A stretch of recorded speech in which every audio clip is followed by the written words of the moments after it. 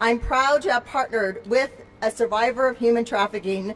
She's a human trafficking leader, Jess Torres, in crafting Assembly Concurrent Resolution 125, which declares January as Human Trafficking Awareness Month. Jess is an inspiration. They are a leader in the Safe and Sound program at Rising Worldwide, which we believe is the first survivor-led training for schools and businesses to teach us how to recognize and combat human trafficking. It is my honor to introduce them today. Jess.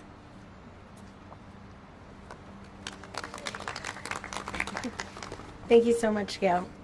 I'd like to start off by saying that this conversation is an offering of love to all of us living at multiple margins between spaces of recognition and erasure, who desperately need an invitation to dream and to build and to feel love again as slowly and imperfectly as it comes. In those dreams, none of our bodies and lives are disposable.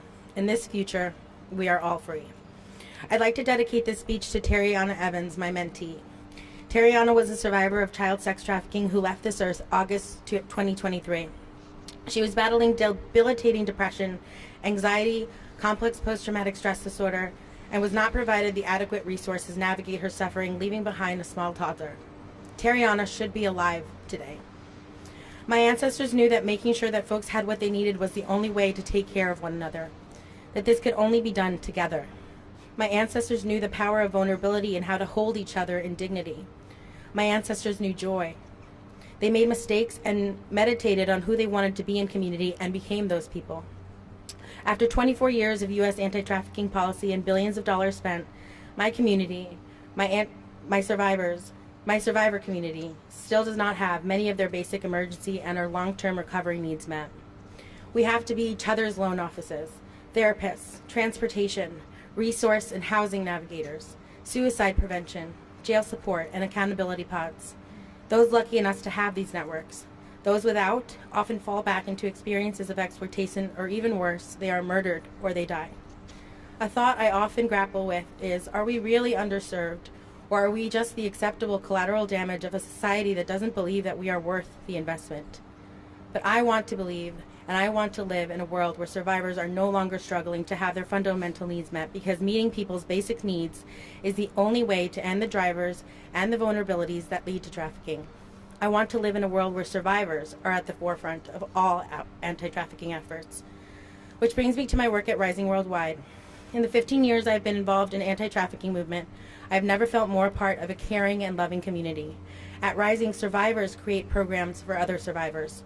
Survivors created the Rising Wellness Funds. These funds help to support survivors in moments of crisis and allow us to invest in one another's well-being. It is rooted in the belief that we all deserve care, that we can build a community that refuses to abandon its people, where systemic struggles are solved collectively. A survivor created a professional development program for survivor leaders, and another survivor created Rising Safe and Sound, a human trafficking prevention program for youth, educators, and community members. These workshops are led by survivors and implemented in California schools. We teach youth what we wish we knew when we were younger, because we cannot end trafficking after it happens, and because prevention is the best intervention. For Terriana, for myself, for all human trafficking survivors, I implore you to consider these thoughts shared here today, to allow them to open your hearts and to live there, to join me in expressing gratitude for all the work that has been done, and to commit to the infinite responsibility to come for you, for your children, and for our shared future. Thank you.